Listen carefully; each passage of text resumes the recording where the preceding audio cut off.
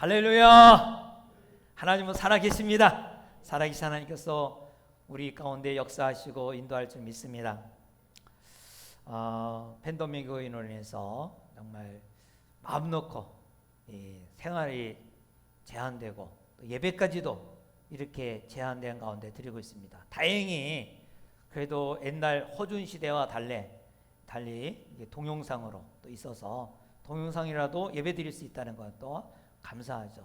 옛날에는 그런 것도 없어서 모두 폐쇄가 돼서 다 정지가 됐는데 그래도 이 동영상이라도 예배 드릴 수 있는 상황이 되고 또 정말 하나님의 은혜가 속히 임하여서 이 모든 숫자가 줄어나도록 우리가 집중해서 한 주간 동안 3번씩 기도하고 또 기도하여서 또 이 정상으로 모든 예배가 되도록 기도하기를 바랍니다. 철학과 복음의 차이는 철학은 질문만 던지고 해답이 없습니다. 철학은 우리의 삶을 살아가도록 능력을 제공해 주지 못합니다. 그래서 제가 전도하는 전도지 중에 이런 글이 있습니다. 철학자 중에 가장 뛰어난 철학자가 독일의 칸트인데 어느 철학도가 일본 동경대학에서 공부하다가 폭포에서 자살을 했습니다. 그 학생의 주머니에서 유서 한 장이 나왔는데 이렇게 써 있었습니다. 칸트, 지가 뭘 아냐? 바로 철학은 인생에 대해 질문으로 끝나고 성경은 인생의 해답을 줍니다. 바로 복음은 인생의 모든 문제를 해답을 줄 뿐만 아니라 하나님의 놀라운 능력으로 살 수 있도록 또 하나님이 역사하십니다. 오늘같이 이 전염병이 시작되는 이때에 죽고 사는 이 문제를 해결할 수 있는 것은 죽음을 이기고 죽음을 두려워하지 않을 수 있는 것은 바로 복음인 것입니다. 이 세상에 많은 사람들이 죽음을 왜 두려워합니까? 이 세상으로 끝난다고 생각하니까 죽음을 두려워하죠. 그러나 복음은 죽음으로 끝나는 것이 아닙니다. 죽음 다음에 다음 세계가 있는 것입니다. 영원한 세계가 있는 것입니다. 그래서 우리는 죽음을 두려워하지 아니하고 또 오늘도 담대하게 또 살아갈 수가 있는 것입니다. 복음은 이렇게 초자연적인 능력이 나타나는 것이 오늘 본문에 나옵니다. 에베소에서 바울은 다른 도시에 비해서 가장 오랜 기간 동안에 머물렀습니다. 보통 도시에 잠깐 가서 복음 전하고 교회 세우고 바로 떠나는 것이었습니다. 그러나 바울은 에베소에서만큼은 거의 3년이란 오랜 기간 동안에 머물렀습니다. 8절에 보면 석 달 동안 회당에서 복음을 전하다가 그 많은 사람들이 복음을 회방함으로 말미암아 비난하니까 두란노 서원이라는 곳을 빌려서 거기서 제자 양육을 했습니다. 무려 그곳에서 2년 동안이나 이 제자 양육을 하고 바로 에베소 지역에 그 제자들로 통하여 큰 복음의 역사 확장이 된 것을 보게 됩니다. 20절에 보면 그 말이 나오죠. 이와 같이 주의 말씀이 힘이 있어 흥왕하여 세력을 더 얻었더라 했습니다. 주님의 말씀이 힘있게 흥왕하여 퍼질 수 있었던 것은 바로 복음의 능력, 놀라운 결과인 것입니다. 복음의 씨앗이 떨어지면 초자연적인 역사가 반드시 일어나는 줄 믿으시기 바랍니다. 그 증거가 오늘 누가가 11절부터 12절에 이렇게 기록하고 있습니다. 11절부터 12절을 보면은 하나님이 바울의 손으로 놀라운 능력을 행하게 하시니 심지어 사람들이 바울의 몸에서 수건이나 앞치마를 가져다가 병든 사람에게 얹으면 그 병이 떠나고 악기가 나가더라. 귀신이 떠났다는 거예요. 바울은 에베소에서 사역하면서 그 새신자들에게 신세를 지지 않기 위하여 자급자족했습니다. 자급자족. 그러니까 아침에부터 낮에는 일하고 점심 막강에 이용하여 점심 때는 거의 자거든요. 그쪽 중동 지역에는 그 점심 때에 약간의 그 시간을 두란노선 쌍값으로 빌려서 자는 시간에 빌려갖고 거기서 제자 양육을 했습니다. 바울은 천막을 짓는 일을 했기 때문에 손에 가죽 이렇게 만지는 일을 많이 했습니다. 그러다 보니까 앞치마를 딱 두르고 그리고 땀이 많이 나면 수건을 목에 걸고 그리고 땀을 닦은 것이죠. 그런데 이 바울이 일하던 이 앞치마를 냄새나는 앞치마를 병든 자에게 딱 얹으면 병든 자가 낫고 귀신이 떠나고 그리고 또 땀 닦았던 이 수건을 병든 자에게 얹으면 병이 나가고 또 악기가 떠났다 하는 것입니다. 이 엄청난 능력, 우리 마음속에 이 앞치마 수건만 있으면 요즘에 팬데믹 다 떠나가지 않을까, 이 코로나 바이러스 떠나지 않을까 이런 생각이 들지 않습니까?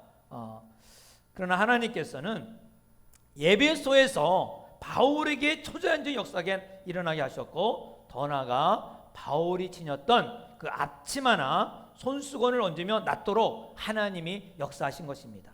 아무의 앞치마가 손수건이 그렇게 되는 것은 아니죠. 그 앞치마나 손수건에 자체가 능력이 있는 것이 아니라는 것입니다. 하나님이 하신 것입니다. 이 장면을 요한복음 9장에도 나옵니다.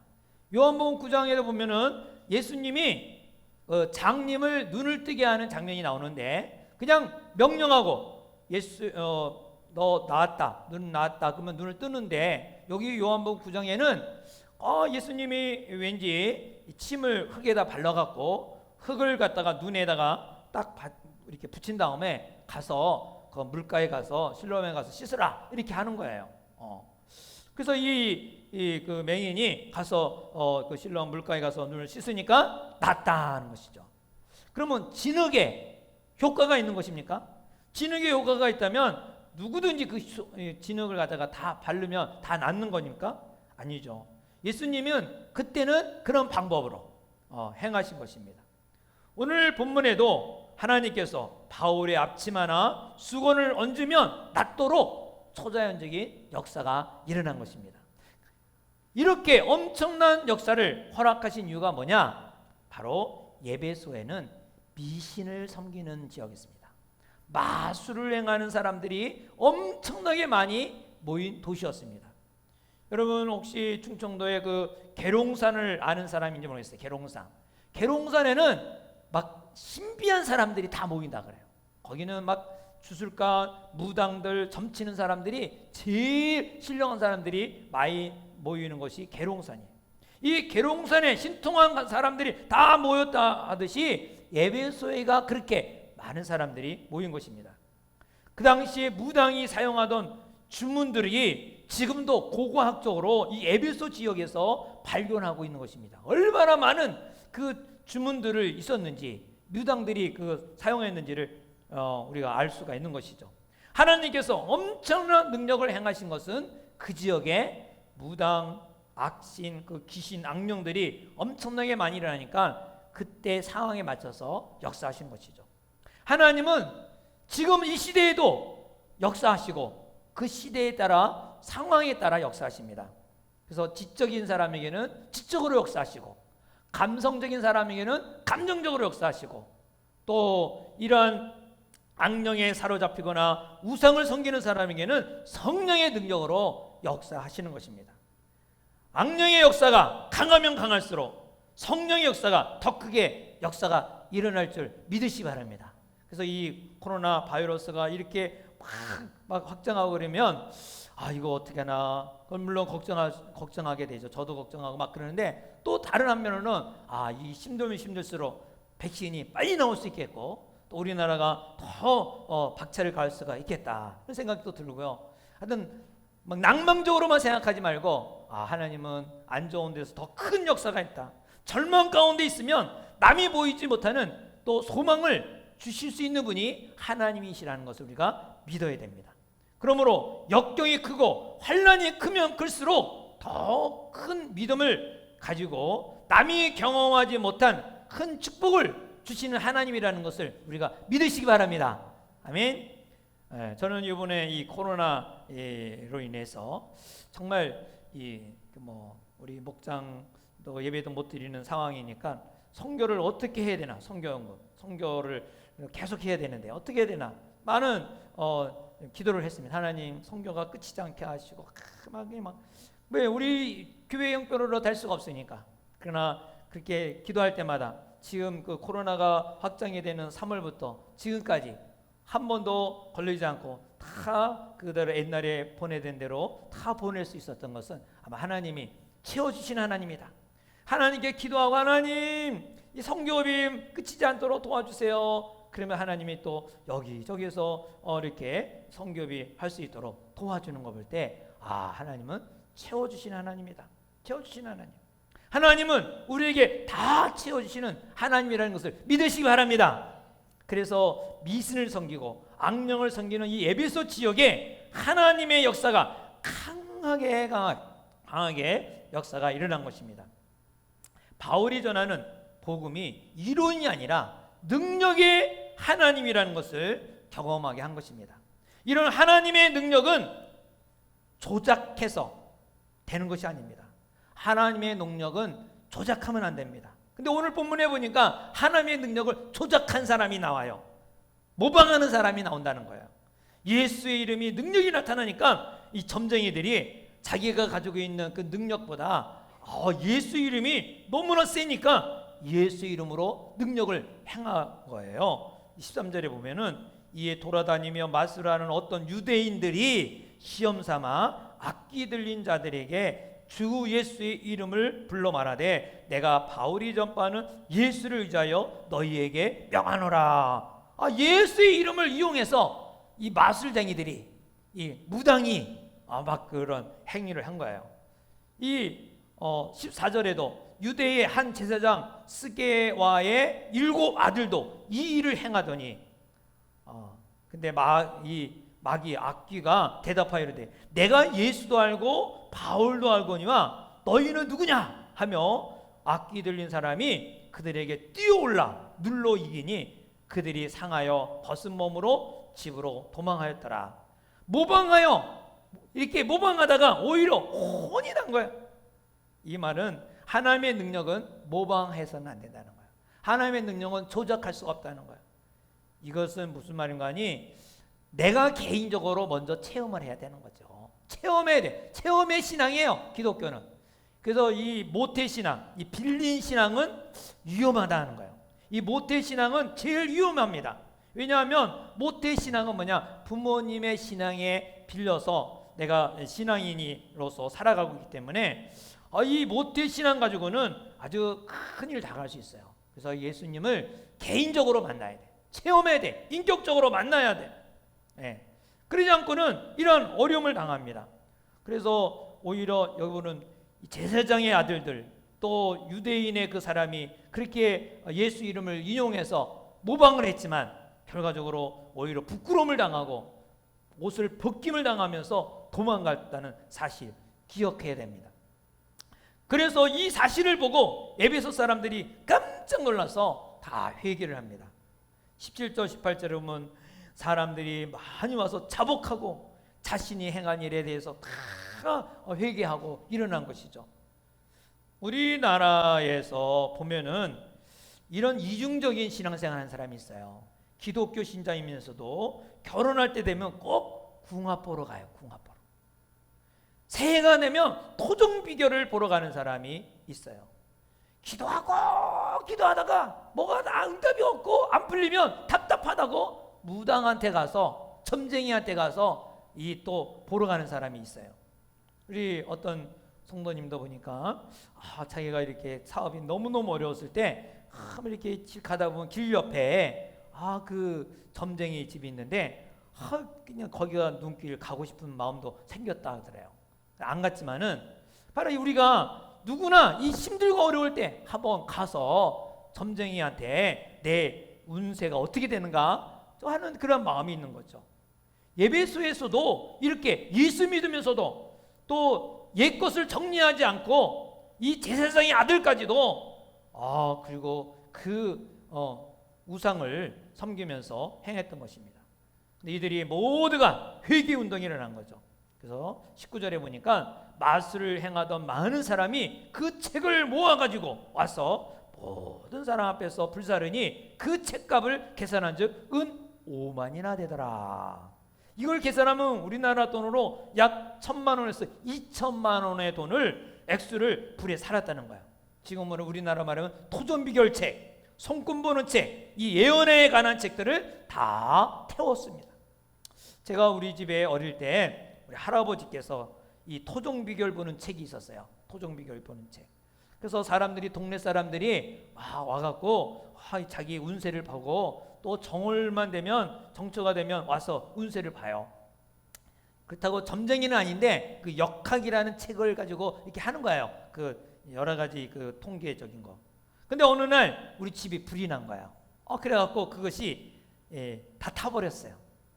아마도 하나님께서 그 이유가 뭔가 몰랐는데 지금 생각해 보니까 우리를 하나님의 자녀로 부르시려고 미리 그 역학 책들을 다 미리 태우지 않았을까, 이런 생각이 들었습니다.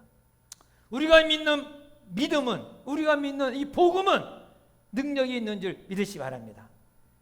근데 믿고 살아보지 않으면 이거를 경험하지 못하고 느끼지 못해요. 복음을 들을 때, 처음 들을 때는 말도 안 되는 것 같아요.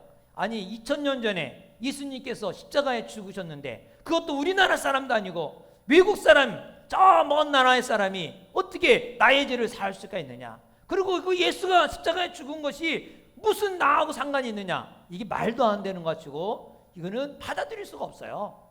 이해가 안 돼요. 그런데 그 예수님을 영접하고, 나의 개인의 예수님을 영접하고 구주로 고백할 때 놀라운 변화가 역사가 일어나죠. 이해는 안 되는데, 도저히 받아들일 수가 없는데, 그런데 인격적으로 할 때 내 삶이 바뀌는 거야. 생각이 바뀌고 변화되는 거야. 경험하게 되는 거야. 초자연적인 역사가 일어나는 거죠. 우리의 복음은 살아계신 하나님의 능력의 말씀이기 때문에 그렇습니다. 이런 복음의 능력을 경험하셔서 살아계신 하나님을 간증하는 여러분이 되기를 주의 이름으로 축원합니다. 21절에 보면 바울이 에베소에서 이제 3년 정도 있었을 때 이 지역이 이제 다 복음화됐다고 생각하고 이제 한 것 같아요. 마게도니아 지역도, 또 아가야 지역도, 아시아 지역도 다 복음화됐기 때문에 이제는 어디로 갈까? 이 에베소 여기서 생각을 했어요. 스페인 땅끝, 그 땅끝에 가서 복음 전하겠다, 이런 생각을 한 것이죠. 그리고 이제 예루살렘 교회가 좀 어렵고 힘드니까, 재정적으로 어려우니까 다른 그 개척한 교회 가서 모금 운동해서 그 모금을 가지고, 헌금을 가지고, 그리고 거기에 개척한 교회 지도자들과 함께 예루살렘에 가서 그 예루살렘의 그 지도자들과 유대 관계를 맺히고 내가 이제 저 스페인으로 가야겠다, 이런 계획을 짜고 있는 그 차에 에베소에서 소동이 일어났어요. 소동. 엄청난 소동이 일어난 거예요. 자, 복음에는 강력한 역사도 일어나지만 복음에는 또 핍박이 있다는 것을 아셔야 됩니다. 우상을 믿던 사람들이 예수를 믿고 그 부족을 태우고 그 우상을 태우고, 그러니까 손실을 보는 사람이, 손실. 어떤 사람이요? 우상을 만들어서 팔아서 돈을 버는 사람이 있었는데 그 사람이 우상이 안 팔리니까 경제적으로 난국이죠. 그 당시 에베소는 아데미 신을 섬기고 있었는데 이 다산과 비옥에 상징하는 이방 여신입니다. 그래서 여러분 아데미 신 보면 그 유방이 막 줄줄줄줄 이렇게 많이 있는 것을 보게 돼요. 많은 그 다신이에요. 이 에베소의 수호신이에요. 그래서 아데미는 그리스 신화에 나오는 제우스 딸로서 사냥의 신이라고 불렀습니다. 그래서 이 당시에 아데미 숭배를 중심지가 어디냐면 에베소 지역이거든요. 이 아데미를 이용하여 돈 벌었던 데모디료가 있었는데 대리석이나 또 은으로 이 신전 모양을 만들어서 그것을 팔았어요. 그런데 사람들이 이걸 안 사가는 거야. 왜냐하면 바울이 이렇게 말해요. 사람의 손으로 만든 것은 신이 아니다, 이렇게 하니까 사람들이 안 사가는 거죠. 그러니까 데메드리오가 화가 나게 됐죠. 왜? 이게 팔려야지 저 사는데 이 경제가 이 난국이야. 그러니까는 내가 이거 뭐 가짜 이거 신을 팔아서 돈을 못 벌어서 뭐 이렇게 힘들다, 그게 아니라 이제 예배소의 자존심을 건드리게 됩니다. 27절에 보면 우리의 이 영업이 천하여질 위험이 있을 뿐만 아니라 큰 여신 아데미의 신전도 무시당하게 되고 온 아시아와 천하가 위하는 그 위험도 떨어질까노라. 그래서 에베소 시민들의 자존심을 건드려서 데모를 일으킨 거예요. 반란을 일으킨 거예요. 그래갖고 누구를 잡냐면 바울을 잡으러 갑니다. 바울이 없으니까 그의 친구를 잡아다가 원형극장에 데리고 간 거예요. 그 에베소의 원형극장도 지금도 아직도 있는데 일부가 한 2만 5천 명이 수용하는 넓은 지역에, 그래서 사람들이 막 소리는 질리죠. 아데미 신이 모욕당했다고, 아데미 신, 아데미 하면서 막 하기를 무려 2시간 동안이나 외쳤다 그랬어요. 이때에 에베소의 그 서기장이 이제 무리를 진정시킵니다. 35절에 서기장이 무리를 진정시키고 이르되 에베소 사람들아, 에베소시가 큰 아데미와 제우스에게 내려온 우상의 그 신전지기가 된 줄 누가 알지 못하느냐 하면서 이 다 평정을 귀하는 거예요. 자, 이 서기장이 굉장한 우리에게 살아가는데 지혜를 주는 사람이에요. 서기장은 흥분된 군중들을 진정을 시키고 그리고 모두가 해산하도록 만들었어요.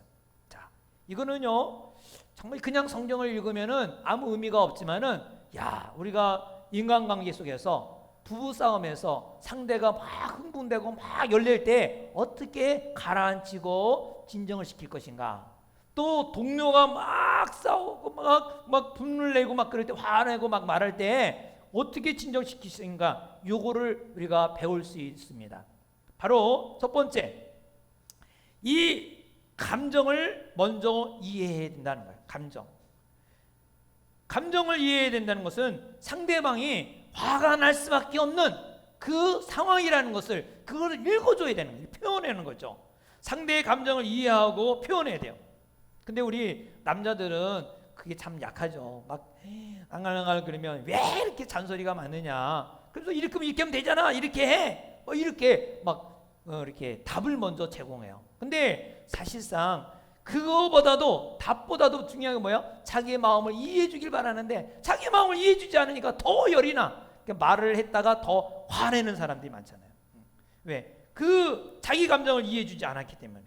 그래서 오히려 흥분을 갈아치려면 먼저 그럴 수 있어, 그리고 먼저 이해를 해줘야 된다는 거죠. 그래서 서기장이 35절에 말하잖아요. 무리를 진정시키려되 에베소 사람들아, 에베소 시가 큰 아데미와 제우스에게 내려온 우상의 신전지기가 된 줄 누가 알지 못하겠느냐. 이 일이 그렇지 않다 할 수 없으니 너희가 가만히 있어서 무엇이든지 경솔이 아니하여야 하리라. 무리의 아데미 씨의 모욕을 당한다고 생각하니까 화가 나지 않느냐. 정말 화 안 나. 그러면서 그것을 인정해 준 거죠. 아데미 씨는 위대하고 또 위대한 에베소의 수호신이라는 것을 인정해 줍니다. 그 다음에 두 번째가 사실을 알려줘야 됩니다. 사실. 흥분한 사람에게 순서를 바꿔서 사실을 먼저 말하기 때문에 화가 더 나는데, 그 다음에 사실을 얘기해요. 문제를 듣자 사실을 알려주려고 하지 말고 먼저 감정을 이해해주고 그 다음에 충고를 얘기해야 됩니다. 사람은 나의 감정을 이해해주는 사람에게 상대방의 그 충고를 들을 수가 있죠.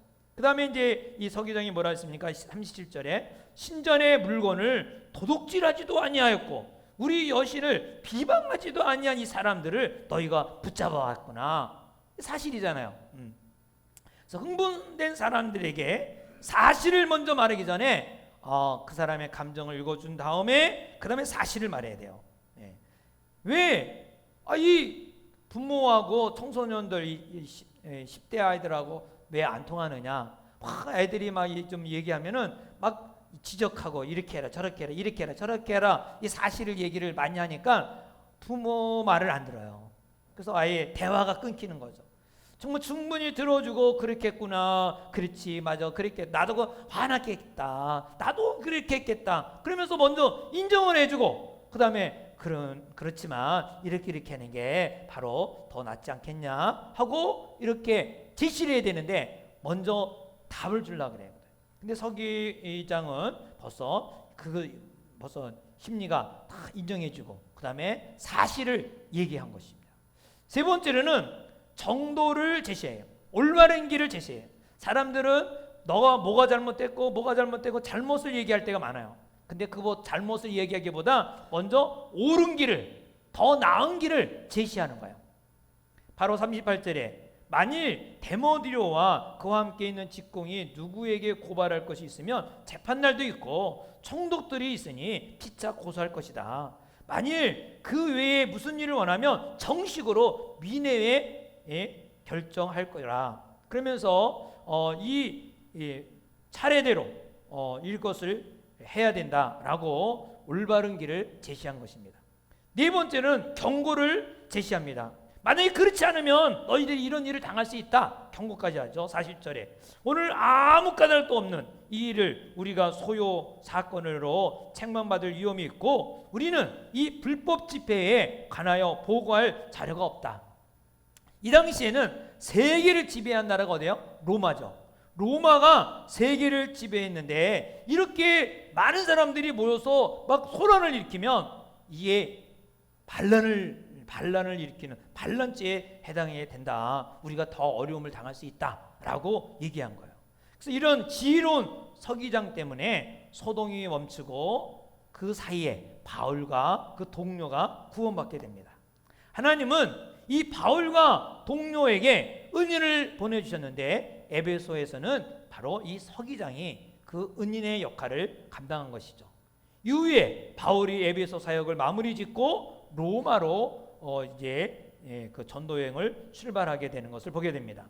오늘 이 복음의 초자연적인 능력, 특별히 악령을 내쫓기도 하고 모방한 악령을 할 때에 오히려 악령이 덧입힌 사건을 보았습니다.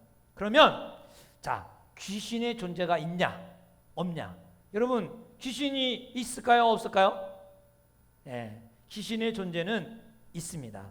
어떻게 할까요? 바로 예수님이 이 땅에 오셔서 많은 사역 가운데 다 뭐요? 귀신 얘기를 많이 합니다. 귀신을 쫓아내요. 귀신. 그리고 또 바울 서신에 보면 특별히 이 귀신에 대한 얘기가 많이 있습니다. 특별히 미신을 섬기고 이 귀신을 섬겼던 에베소에 편지를 보낸 거 보면 이 귀신에 대한 이 악령에 대한 얘기가 나오죠. 에베소서 2장 1절부터 2절에 보면 그는 허물과 죄로 죽었던 너희를 살렸다. 우리가 이제 죄로 죽었던 우리를 살리신 것은 예수님이죠. 그때 너희는 그 가운데 행하여 이 세상 풍조를 따르고 공중의 권세 잡은 자를 따랐으니 곧 지금 불순종의 아들들 가운데 역사하는 영이다. 마귀의 역사, 악령의 역사가 있다는 것이죠. 에베소 6장 11절부터 12절에 보면 마귀의 관계를 능히 대적하기 위하여 하나님의 전신갑주를 입으라. 우리의 싸움은 혈과 육에 상대하는 것이 아니요 통치자들과 권세들과 이 어둠의 세상 주관자들과 하늘에 있는 악의 영들을 상대함이라. 이 귀신의 역사가 있다는 거예요. 그래서 곳곳에 악령의 역사, 귀신이 존재한다는 것을 이 바울은 얘기하고 우리가 이 귀신과 이 악령과 싸워야 한다고 강조하고 있습니다. 여러분, 현재 우리 주변에도 보면 경험적으로 귀신이 있다는 것을 우리가 알 수가 있습니다. 우리나라의 무당이 무려 50만 명이라고 했어요. 50만 명이 있어요. 우리 한국 목회자가 얼마나 되는지 모르겠지만 한 10만은 되지 않을까 생각해요. 우리가 목사님들이 무당보다 숫자적으로 더 적어요. 그래서 무당의 역사, 이 귀신의 역사들이 더 많은지 모르겠어요. 점쟁이들이 쩝집게를 맞춰요. 저 쩝집게. 우리 여기 무당도 하나 있죠. 옛날에는 이 무당도 아주 쪽집게 무당, 아주 신통한 무당이라고 소문나서 사람들이 많이 왔다 그래요. 그래서 가끔가다 보면 거기 무당 굿도 많이 했는데 요즘에는 굿하는 거 잘 못 보겠어요. 내가 여기서 옥상에 올라가고 막 명령을 했거든요. 예수 이름으로. 또 어느 날 깃발이 하나씩 떨어지고 막 바람에 날아가서 그런지 몰라도 떨어지고 그러더니 요즘에는 점괘가 잘 안 나오나 봐. 그래서 별로 잘 안 하고 있어. 근데 이 신통한 쪽집게 맞히는 사람들은 그 흉내 내서 되는 게 아니에요. 가짜로 하는 게 아니에요. 영적인 힘이 있는 거예요. 영적인 힘. 그래서 이 무당들에게 보면 자기 몸신, 자기가 하는 게 아니라 귀신이 가르쳐서 말한다 그래요. 그래서 이 귀신의 존재는 의심할 여지가 없어요. 있어요. 사람들이 제일 문제는 이 귀신의 존재를 믿지 않으려고 하는 거예요. 아, 요즘 같은 과학 시대에 무슨 귀신이 있느냐? 그러면서도 점쟁이한테 가면서 그게 말도 안 되는 거죠. 우리 주위에 이 귀신과 이 악령과 싸움인데 이 악령과의 싸움하지 않고 자신 탓할 때가 많아요. 자신 탓. 그 자신 탓하니까 내가 뭐 부족하고 맨날 내가 연약하고 내가 넘어진다. 그래갖고 자기 자신에 괴로워하고 낙심하는 사람이 많아요. 여러분, 회개로 될 일이 아니라 이 악령과 싸워야 할 일이 많이 있습니다. 반복돼서 계속 죄를 짓는 거, 반복돼서 넘어지는 거, 이거는 자신이 약해서가 아니라 이 귀신의 역사가 있다는 것을 알아야 합니다. 그래서 이 귀신을 쫓아내야 돼요. 이 악령을 쫓아내야 돼요. 악령의 존재를 믿지 않거나 또 잘 모르면 자꾸 이렇게 당하게 되는 것입니다. 사람들은 대부분 이 귀신의 존재를 안 믿으려고 하죠. 그러나 이 귀신의 존재를 알게 되면 그 다음에는 또 반대쪽으로 생각해. 모든 것이 귀신이 다 귀신 역사라고 생각할 때가 있어요. 감기만 걸려도 귀신 역사, 무슨 뭐 병만 들려도 귀신 역사, 뭐 이렇게 전부 다 붙이는 경우가 있죠. 여러분, 귀신의 존재는 부인해도 안 되고 너무 막 과다하게 생각해도 안 돼요. 그래서 우리는 이 악령을, 귀신을 알기 바랍니다. 첫째로 귀신은 우리의 누구나 다 이렇게 드는 건 아닙니다. 귀신 들렸다 이런 말 듣죠? 사람 귀신, 저 사람 귀신 들렸다 하잖아요. 귀신 들린 일은 그렇게 많지가 않아요. 우리 귀신 들린 사람 이렇게 많지는 않잖아요. 어쩌다 한 사람, 두 사람 이렇게 보이는 거잖아요. 왜 귀신 들렸다는 말은 뭐냐? 내 생각과 내 의지와 나의 그 모든 감정이 이 귀신에게 사로잡힌 거예요. 그러니까 정복당한 거죠. 귀신이 움직이죠. 귀신이 통제를 받는 거예요. 자기가 생각대로 말하는 게 아니야. 귀신 들린 사람 앞에 기도할 때 보면 그냥 귀신적인 말을 말하고 그 사람의 그 말이 아니거든요. 귀신이 이 말을 해요. 자, 이런 것이 복음서에도 많이 나오지 않습니까? 예수님이 이런 사람들에 다가가서 이 귀신을 쫓아내고 더러운 귀신아 떠날지어다. 할렐루야. 이 귀신을 물리치는 역사가 있습니다. 그러나 귀신 들린 일은 이렇게 드물다는 걸 아시고 예수님을 모신 사람들에게는 귀신이 들어가지 않는다는 것을 믿으시기 바랍니다. 왜냐하면 귀신보다 더 센 분이 누구예요? 예수님이잖아요. 그래서 예수님 믿는 게 가장 행복하고 축복이죠. 귀신 들리지 않으니까. 그런데 주의할 점, 이 귀신의 영향을 받을 수가 있어요. 귀신의 영향, 이 악령의 영향을 받을 수 있어요. 그러니까 귀신이 들어오진 않지만 외부적으로 행사를 해요. 외부적으로 영향을 끼쳐요. 그 예가 마태복음 16장에 나오는 거예요. 누구죠? 예수님의 수제자 베드로입니다. 베드로. 예수님이 제자를 불러놓고 질문했어요. 야, 너희들 나를 누구라고 생각하느냐? 그랬더니 딱 베드로가 주는 그리스도시요 살아계신 하나님의 아들입니다. 근데 예수님 박수를 치면서 이야 짱이다 너. 그러면서 칭찬을 해줬어요. 그리고 나서 예수님이 내가 이제 십자가에 오빠가 죽는다. 이제 고난당할 것을 얘기했어요. 그랬더니 베드로가 절대로 안 됩니다. 그리고 발을 그냥 딱 잡고는 막 말렸어요. 그때 예수님 뭐라 그랬어요? 사단아 내 뒤로 물러가라. 소리쳤어요. 그러면 베드로가 귀신인가요? 베드로가 사단인가요?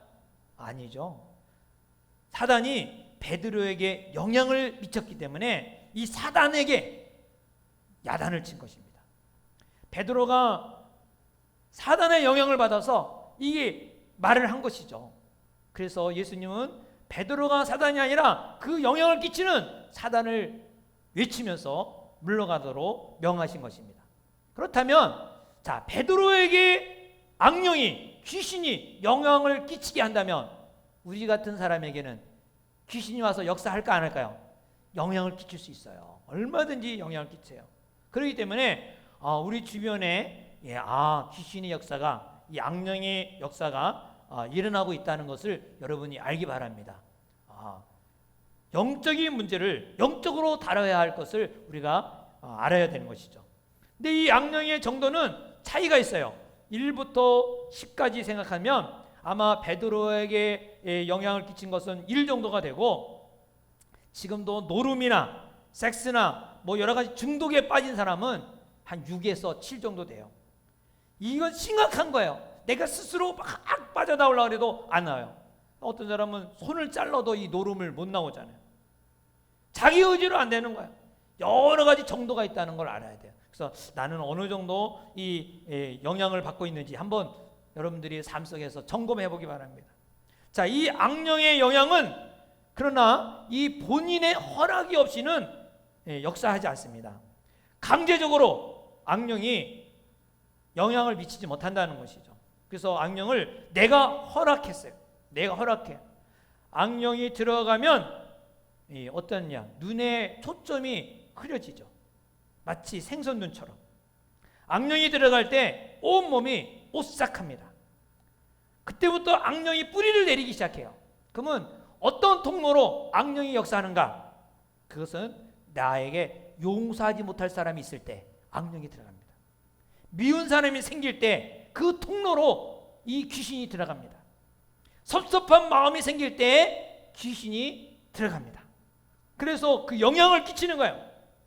그러니까 이러한 그 허락이 없으면, 이런 통로가 없으면 들어가지 않는데, 이렇게 막 용서하지 못하고 미워하고 막 섭섭한 마음 가지고 막 대인관계 속에서 막 그러면 그때의 통로가 되는 거예요. 들어가서 자리를 잡아요. 뿌리를 내려요. 그래서 이 원인을 제거해야만이 깨끗하게 아주 그 자유를 얻을 수가 있습니다. 그래서 내가 좀 자꾸 계속 반복되게 용서하지 못하고 반복되게 힘들어하는 것이 있으면 언제부터 이렇게 됐는가? 그걸 원인을 한번 따져봐야 돼요. 용서하지 못하는 사람이 있다면 그 용서하지 못하는 사람 그 시기가 언제인지, 그때부터 나에게 이 귀신의 역사가, 이 악령의 역사가 시작했다는 거나 알고, 회개할 것은 회개하고 원인을 제거하고 이 악령의 영향은 그때부터 이제 점점 줄어들게 됩니다. 줄어든다는 것은 완전히 떠나진 않는 거예요. 왜? 우리는 마귀와 어떻게 해요? 매일같이 싸워야 되니까. 싸워야 돼요. 계속 싸워야 돼요. 그래서 이 귀신과 첫 번 싸움에서 꼭 승리할 때 영향력이 이제 자꾸 마귀의 영향력이 줄어드는 것입니다. 자, 술에 중독된 사람이 있다. 술을 마시지 않겠다고 결심만 하지만 끊기가 어려워요. 술 안 먹어야겠다, 안 먹어야겠다.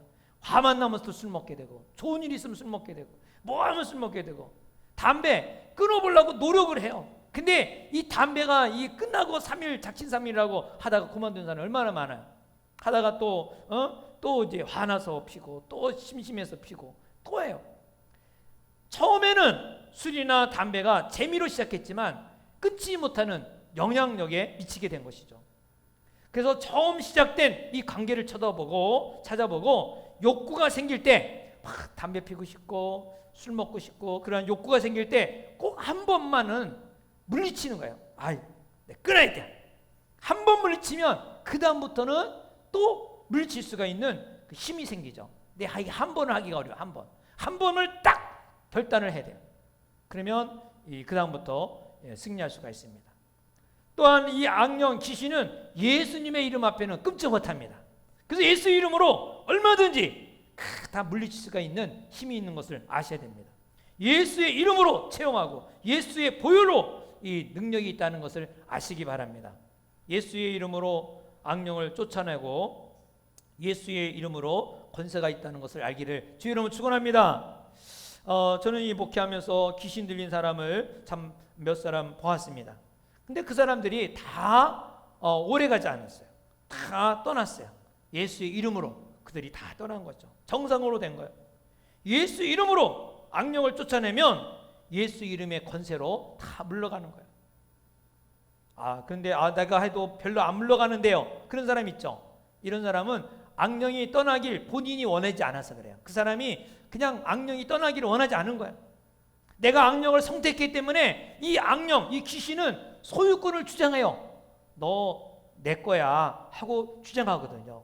그래서 내가 마귀와의 이 소유권을 포기하고 예수님께, 하나님께 소유해야겠다는 결단이 있어야 되거든요. 그래서 내가 더 이상 마귀에 나는 소유가 아니다. 그 소유가 바뀌려면 어떻게 해요? 예수님을 영접해야죠. 예수님은 나의 주인으로 섬겨야 되죠. 그러면은 이게 악령이 떠나는데 이거 소유와 예수님을 이 소유 마귀하고 포기를 안 하는 거죠. 내가 악령이 들렀다고 인정하지 않거나 악령을 쫓아내겠다는 욕구가 없는 사람은 아무리 누가 쫓아내도 쫓아내지 않습니다. 그래서 우리가 이제 귀신 들린 사람에게는 먼저 복음을 전하고 예수를 믿고 신하게 하고 그리고 예수 이름으로 그를 탁 물리치면 이 귀신이 떠나는 거예요. 그러니까 그냥 막 아무리 예수 이름 떠나라 해도 안 돼요. 그러나 예수의 소유권이 바뀌면 바로 예수의 소유가 되면 이제 마귀의 소유가 아니라 예수의 소유니까 그 다음에 이제 명령하면 나가는 것이죠. 그 다음에 원인을 제거하지 않기 때문에 그렇다는 것입니다. 아까 얘기했듯이 용서하지 못하는 것, 꽁한 것들, 섭섭한 것들 이런 것들을 정리해야 되는데 이런 것을 정리하지 않기 때문에 계속해서 이 악령의 역사, 귀신의 역사가 일어난 것입니다. 이런 것만 정리해도 깨끗하게 귀신은 떠나고 정상으로 되는 것입니다. 기도하면 기도 열심히 하면 마음이 평화가 있고 기쁘다고 하는데 또 집에 돌아가거나 아니면 사회생활하면 또 힘들고 어려운 사람이 있어요. 왜 그러냐면 그 원인을 제거하지 않아서. 원인을 제거하자. 마치 부엌에 바퀴벌레가 많이 있죠. 그러나 이 불만 켜면 바퀴벌레가 어디 갑니까? 다 도망가요. 샥 도망가.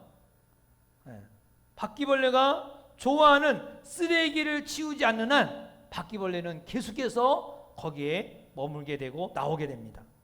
마음에 크게 영향을 미쳤던 것, 그 귀신의 역사가 일어나는 그 영향을 미쳤던 것, 그거를 제거해야 됩니다. 우리를 지배하였기 때문에 이 마귀는 언제나 믿음 생활을 한다고 해도 자신의 그 지배권을 차지하려고 그래요. 너는 내 거였잖아. 너는 내 소속이었잖아. 그러면서 차지하려고 하지만 그러나 우리가 이 마귀에게 소속은 안 되죠. 예수를 믿었으면. 그렇기 때문에 영향을 미치는 것입니다. 자기의 소속은 안 되니까 자꾸 우리를 힘들게 하고 어렵게 하는 것입니다. 그래서 우리가 살아가면서 마귀의 역사 있다는 것을 인정하고 또 우리가 알고 지내야 됩니다. 이 악령의 역사에 들어가지 않으려면 어떻게 되느냐? 그러면 성령 충만하면 됩니다. 성령이 충만하면 우리가 아무리 마귀가 역사해도 거기 아무 관계가 없어요. 여러분 돈을 만지는데 이 돈이 균이 있을까 없을까요? 우리가 만지는 돈 균 엄청나게 많아요. 현미경 보면 엄청나게 많아. 그러나 건강한 사람에게는 이 돈에 균이 있든 없든 상관이 없어요. 그냥 뭐 만져도 돼요. 그러나 면역력이 매우 약한 사람, 그런 사람에게는 이 돈 만져도 균이 들어오는 거예요. 요즘같이 감기균, 코로나 바이러스 이게 뭐 얼마나 많이 돌아다니겠어요. 돌아다녀요. 여러분들 만난 사람 중에 이 그 코로나 바이러스 걸린 사람도 있을 테고 다 많이 있어요. 근데 건강한 사람에게는 어느 정도 비켜가지만 아주 면역력이 떨어진 사람, 약한 사람에게는 감기가 균이 들어오고 바이러스 균이 들어오고 계속해서 이게 침범하는 것입니다. 말이 뭐냐? 성령 충만하면 이 마귀가 없는 것처럼 살아도 괜찮아요. 이 성령이 충만하면. 악령은, 이 귀신은 기쁨과 평화를 우리에게 주지 못합니다.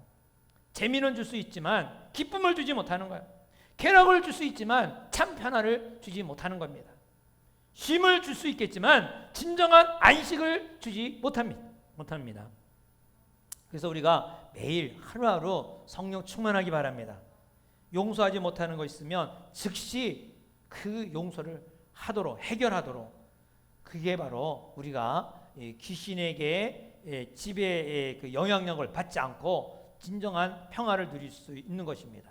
바울이 에베소서 4장 26절부터 27절에 분을 내어도 죄를 짓지 말며 해가 지도록 분을 품지 말고 마귀에게 틈을 주지 말라 했습니다. 여러분, 마귀에게 틈을 주지 말라.